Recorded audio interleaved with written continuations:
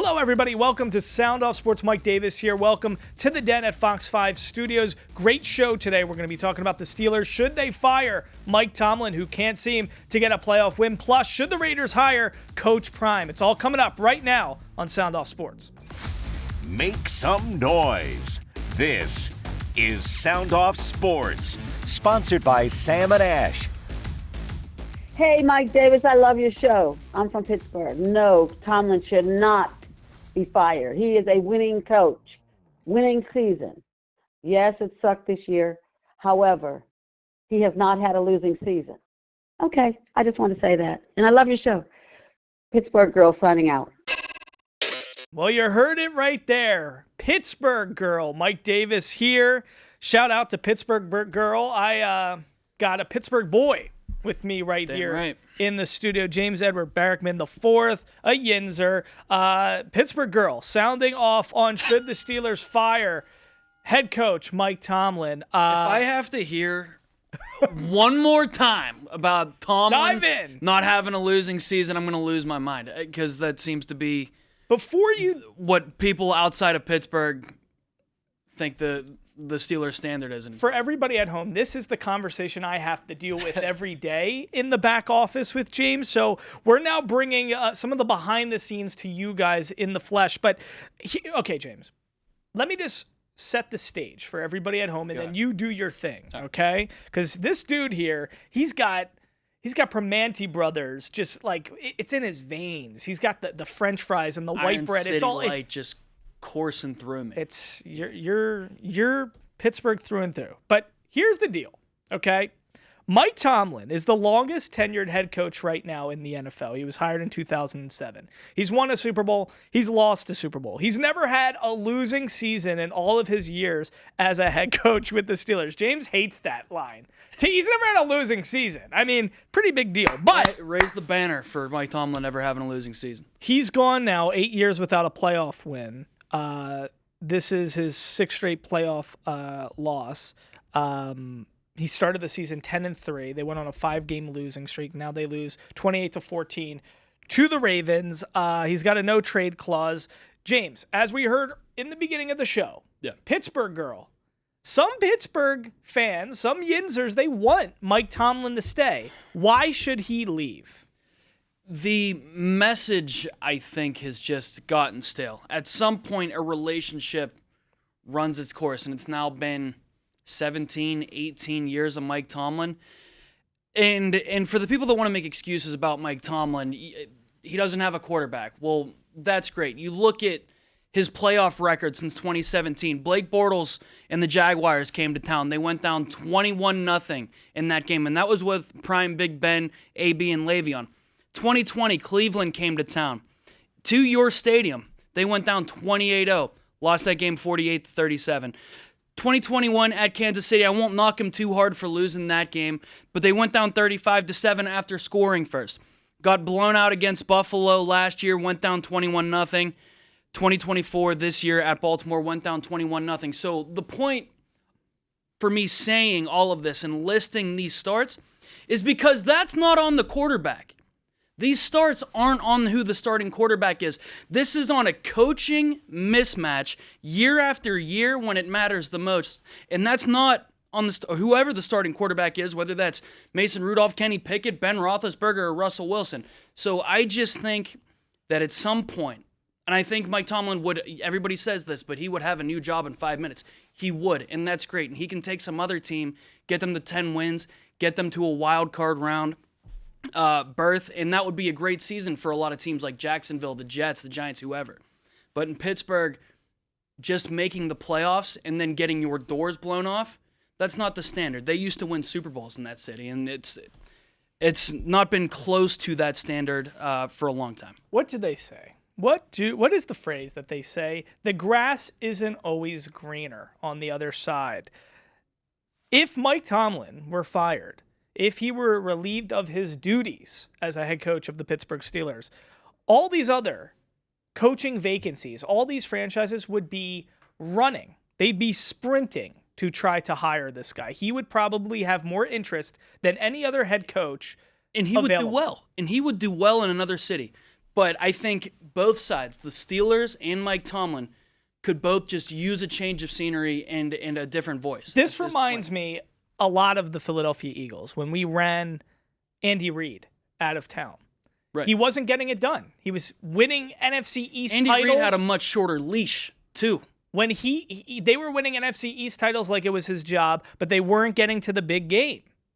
And eventually they said, this relationship, like you're saying, has come to an end. We got to stop it, and we got to make a change. And now look what he has done for another franchise in Kansas City. So sometimes... But Andy Reid, and I say this all the time, but there has to be a head coach and quarterback. You have to get both right to win. And Andy Reid would still be on the doorstep if it was never for Patrick Mahomes. You know what? We'll just have to wait and see. Mike Tomlin, he's a tremendous coach. As you saw, some Pittsburgh fans, like Pittsburgh Girl, she wants Tomlin to stay. Others, like Jamesy Boy, want Tomlin to leave. Guys, coming up after a short break, we're going to be talking to one of the greatest entrepreneurs on the face of the planet. Yes, the great Dave Asprey, the father of biohacking. Let's hear from Dave after a short break. Yeah, hey, Mike Tomlin should have been fired after Blake Bortles and the boys marched into the home field, Heinz Field, and just beat the out of us. I mean, it was insane. You're down 21-0, I believe, in the first quarter. And here we are 9 years later. We're just running it back, doing the same thing, just getting bullied in the playoffs. I mean, it's unbelievable that we line up and we do the same thing every single year and expect something to change. It's insane. And along with that, we never have any good assistant coaches. We never have any. We had one, Brian Flores, and we let him walk out the building because you don't want to pay him. Now he's arguably the best defensive coordinator in the league. Someone needs to be held accountable. Mike Tomlin, Art Deuce needs to be held accountable top to bottom. It's just ridiculous. But we're going to line up, run it back, do the same thing next year, and just try to win 9 games.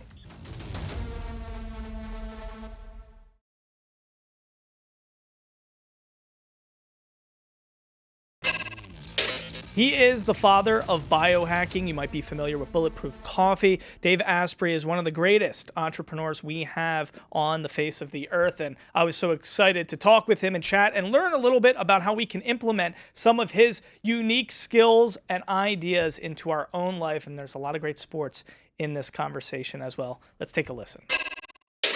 Dave, 4-time New York Times bestseller. You've done a little bit of everything. I'm an OG from Bulletproof Radio. You got the Human Upgrade podcast now, so it's a pleasure to have you here in the flesh, in person, inside the den. Mike, well, that's quite an intro. Thanks. No, I'm excited to talk to you. Listen, we're going to be getting some tangible advice that we're going to be able to utilize and implement into our life for the holiday season. Some biohacking tips for travel, for spending time with family during Christmas, Hanukkah, all that good stuff. But your story is so fascinating.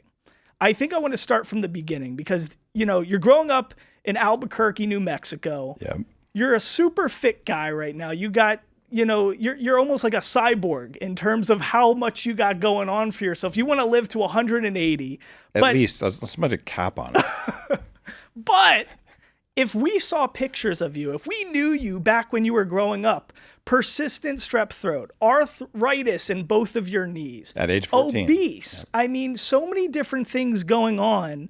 Tell me a little bit about, this journey and what your life was on a day-to-day basis, because your parents were scientists. They impressed upon you an interest in experimenting and doing all these great things, but you were such a different human being, but you had a special internal makeup. It's kind of like a superhero origin story. Yeah, including the vampire bat that bit me. That was funny. So I hit 300 pounds when I was 23 years old, and I was obese as a teenager. I had all these health problems as a kid. Asthma. I had ODD, which is oppositional defiant disorder. Okay, I don't even know what that is. It's actually a clinical thing. It makes you a good entrepreneur, but that Rage Against the Machine song, yes. F you, I won't do what you told me, that just runs in your head constantly, and it controls your actions. And I had OCD and ADHD and Asperger's syndrome. So I had a brain and a biology that really didn't work because I was dealing with constant neuroinflammation and autoimmune issues. But we didn't know what it was. This was the 80s. Like, who the heck? So I was living in a basement that was full of toxic mold, which we didn't know was a problem back then. And that was the probable thing that caused it, probably some genetics. And I'm pretty smart, but I have no social skills. So I'm at the top of my class, but I have like this is the stack of papers for my misbehaviors. And I'm like, what's the problem? I'm getting straight A's. Like, you got a problem? So I was kind of an angry, but also neurologically dysfunctional, immune dysfunctional guy. And I just thought it was supposed to hurt all the time because my back hurt all the time. My knees hurt. It was just, everyone hurts when they walk or when they play soccer. By the time I'm 23, I've had 3 knee surgeries. I've just had this crazy stuff going on with my brain where I'm trying to pay attention to things and it doesn't really work. And I went to the doctor. I'm like, something's wrong. And he says, maybe you should try to lose weight. And I'm going, yeah, no kidding, right? And by the way, you're fat too. And what do you think I should do? You should try to eat healthy and exercise. I go, hey man, let me show you what I've done. 90 minutes a day, half weights, half cardio. I can max out all but 2 machines, and my cardio is at a 15-degree incline with a weighted backpack. So I do this, and I'm on a semi-vegetarian, low-fat diet, and I haven't lost a pound in 18 months of this. So I beat myself up for 702 hours in the gym with no results other than strength, but no weight loss, no fat loss. And I thought it must be a moral failing from not trying hard enough. And then I sit down at Carl's Jr. with all my friends. Okay. I'm ordering the chicken salad with no dressing because calories, no chicken because calories. You know, I'm ravenously hungry all the time. And I look around at my friends with their double Western bacon cheeseburgers and like, I work out more than all my friends combined and I eat less than any of them and I'm the biggest guy at the table. Maybe what I'm doing isn't working. Yeah. And that was one of my wake-up calls. And a little while later, I learned how to lose 50 pounds. Losing half the weight, I had 100 pounds to lose. Losing half the weight is relatively easy for anyone who's obese. The other half took me 15 years of really understanding biology. So you remember that movie Jurassic Park, the first one? Of course. The fat computer hacker? I was a computer hacker in Silicon Valley. I just was working for the good guys. But this was kind of my life. And I'm thinking, how do I get control of my own biology? Because my doctor isn't going to be able to help me. I've asked, I've tried. So I just started doing the research and I figured what I do during the day is I'm figuring out how to manipulate systems that I don't really know what's inside them. Oh, that's me. How do I manipulate my body? And I made this commitment. I'm only going to do what works. That means I have to measure it. Because what I did before is I had a religious belief. If I work out more and eat less calories, I'll lose weight. It is nonsense. Biology does not work that way. But I thought it did. So it caused me to do things that didn't work and then feel like I was a failure. And what I've done today is I started the biohacking movement. All right, you can't miss this incredible conversation with Dave. Make sure you go to our YouTube page to hear the entire conversation. It's Silver State Sports and Entertainment.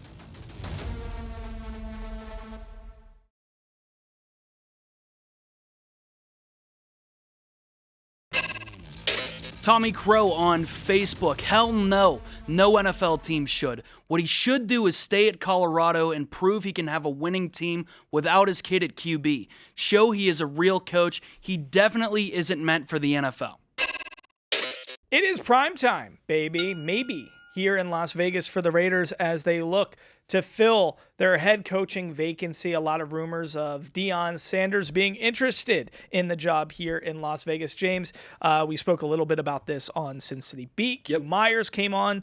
He confirmed that Deion has reached out. His people have reached out, and he's interested. There's a lot of synergy here. There's a lot of excitement that Shedeur, his son, the quarterback 100%. from Colorado, might want to play in Vegas. Shedeur has he's been mentored by Tom Brady for many years now. So there's a lot of cohesiveness here and a lot that makes sense. We asked everybody at home if the Raiders, in fact, should hire Deion Sanders. He's had 2 seasons now at Colorado, 13 and 12 in those 2 years, signed a 5-year, $29.5 million deal. He's transformed football at that school, made it super exciting. Incredible what he's done at Colorado. And it's exciting. I mean, listen, this is a guy who's one of the greatest athletes of all time, one of the greatest marketers of all time. I cannot see why organizations that have in the past been into shiny objects and great stories and situations like this, like the Raiders and the Cowboys, why they would not have interest in Deion Sanders. My thought is that he's a culture guy. He's an elite former athlete. I think he can connect well with players. But most importantly, I think we need to get the quarterback situation right. And that's why I'm big on the Deion situation here, because he, in turn, when you're drafting at 6 like the Raiders are, and you got Tennessee, Cleveland, and the Giants ahead of you, who all need quarterbacks, he can really pull an Archie Manning and say, hey, Eli, you're not going to San Diego. Hey, Shador, you're not going to Cleveland because I'm coaching the Raiders and we're going to force our hand and you're going to go play in Las Vegas. So to me, it's not just about getting Deion, which I think would be tremendous for our city, and people would love the story behind that. 100%. But I think more importantly, we have to focus on the goal here. The goal is that we haven't had a quarterback, and you need a quarterback to succeed in the AFC West 100% and the NFL 100%. So if we can get Shador and Deion, and you got Tom Brady in the mix, I believe in that cohesiveness in that trio. I echo everything you just said. I think, well, let me say this. I don't think that Deion is the long-term answer for the Raiders at head coach or the guy who's going to take them back to the Al Davis era glory days. No. But I think Deion would make sense for the Raiders in that we could leverage Deion to acquire Shador Sanders at 6 and somehow force a trade to the 2 spot potentially to get his kid and get the Raiders a franchise quarterback. And if that meant you had to deal with a couple losing seasons with Deion at the helm, so be it. He would make them appointment television. He would put butts in seats that actually have Raiders jerseys on. And that's a lot more than the Raiders can say than, what they've had since, 2002. Yeah, and I don't love the comparison that people are making between him and Pierce. I mean, Pierce really didn't have any head coaching experience. He wasn't successful in high school as a coach. He was a linebackers coach. I mean, you got to give Deion credit for he paid his dues. He started at Jackson State. He did his stuff there. I think it's how quick he went it's to college. Coming along. So it's quick, but I mean, he's been in those positions. He's never coached at the NFL level. At the NFL level as a coordinator or otherwise. No. But I think I would be willing to roll the dice on a guy like Deion. I think there's a lot of people out there. And I think, honestly, if it doesn't happen with the Raiders, I think this is going to be the answer for the Cowboys. I think it would be Belichick or Deion, because I think Jerry's going to want to make a splash, just like the Raiders would love to make a splash. And honestly, I could see something where if Deion does go to the Cowboys, Shador ends up a Cowboy too, and that whole situation's blown up, and all of a sudden Dak's not even on the Cowboys and Shador's there. I think that if Deion comes to the NFL, it's to be with his son. 100%. And I think the only reason Deion would make sense to hire as an NFL head coach would be for the goal of forcing his son to your team, who we all think is going to be a pretty darn good NFL quarterback. But if, it's like Hugh Myers was saying on Sin City Beat today. Does Deion actually want to be a head coach in the NFL, or does he just want to coach his kid? And that's a question a lot of, executives are going to have to answer. Well, you know what's crazy? It really brings us back to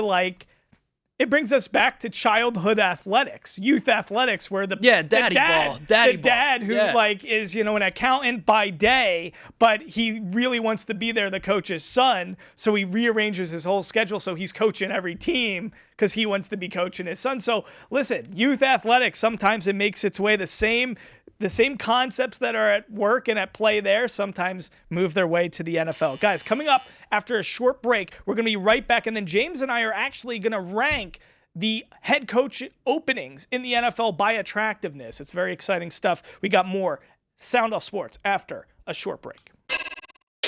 Robert Harris via email. That's a no-brainer. Yes, we should hire him and let him have a say-so in the GM hiring because we need Shador. They're both tailor-made for Vegas and the Raiders.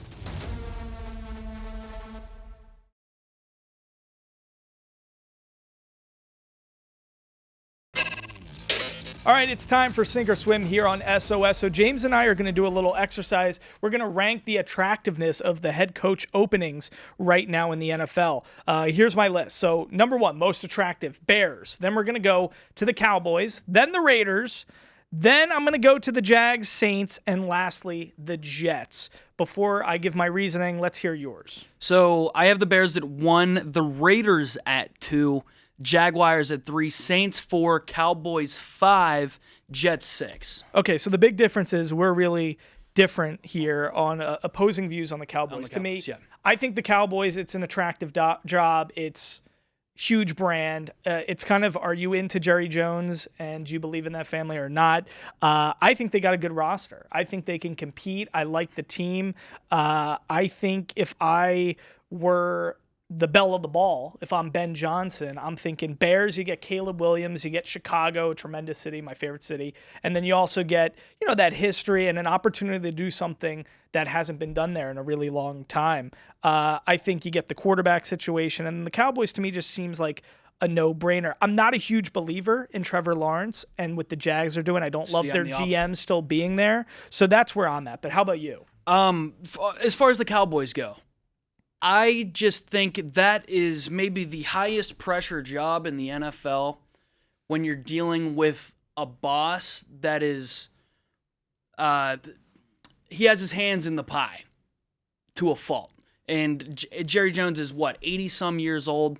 The man needs to kind of wean back a little bit and, give some of this responsibility to some younger heads, and I think that's my main reason why I have the Cowboys down so low, although I do think they have pieces in CeeDee Lamb and Micah Parsons where they can turn that thing around. 100%. We all know, though, that the Jets, that's the job. You want to avoid 100% with Woody Johnson and Aaron Rodgers. Guys, thanks so much for all your great thoughts and feelings that you shared via social media and voicemail with us. We always love to hear from you here on Sound Off Sports. Until next time, for James Edward Barrickman IV, I'm Mike Davis. Have a great rest of the week. We will see you next time here in the Den at Fox 5 Studios for Sound Off Sports.